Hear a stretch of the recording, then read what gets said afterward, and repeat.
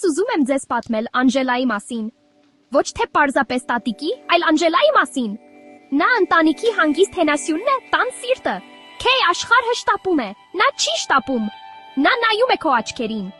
Նա ժպտում է իր ողջ դեմքով եւ հանկարծ դու հիշում ես շնչել։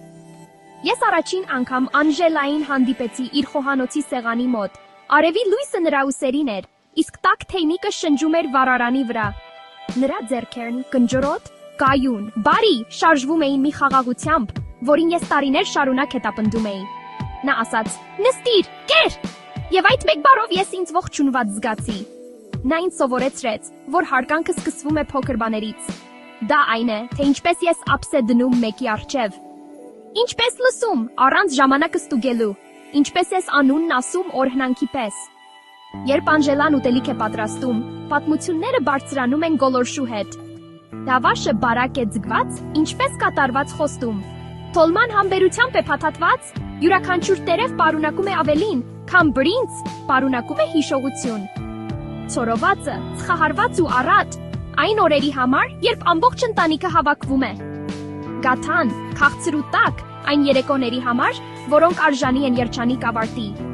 Հափաման, դդումը փայլում է բրնձով ու մրգերով, որովհետև տոնակատարությունը պետք է արևի լույսի պես լինի։ Նա ծիծաղում է, երբ թեյնիկը շատ բարձր է երգում։ Նա հառաչում է, երբ խմորը հանգստանում է։ Նա ինձ ասում է, որ ուտելիքը սեր է, որը կարող ես կրել, նույնիսկ երբ բառերը դժվար են։ Սեղանը այն վայրն է, որտեղ անծանոթները դառնում են հարազատներ։ Մի առավոտ խաշի եւ հանգիստ զրույցի ընթացքում Անժելան ասաց. «Հարգանքն ինձ պարտական չէ, որովհետև ես ավելի մեծ եմ։ Այն վաստակվում է այնպես, ինչպես ես ինձ դրսևորում եմ»։ Ապա նա կրկին ցույց տվեց ինձ։ Աթոռը ինձ համար դուրս քաշեց, իրենից առաջ։ Աղոթք շշնջաց մեկի համար, ով նույնիսկ սենյակում չէր։ Պատմություն պահեց այն ժամանակվա համար, երբ ես պատրաստ կլինեի լսել այն։ Ես դիտում էի, թե ինչպես է նա պատրաստում ժենգյալով հաց, կանաչիները պարում էին նրա մատների տակ։ Ես համտեսեցի բաստուրմա բարակ կտրտած։ Ես տեսա սուջուխ խնամքով կախված։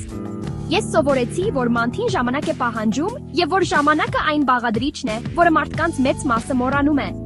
Եվ ամեն ուտեստի կենտրոնում Անժելան էր, նրա դեմքը պայծառ, գլուխը բարձրացրած, աչքերը ասում էին. «Դու կարևոր ես»։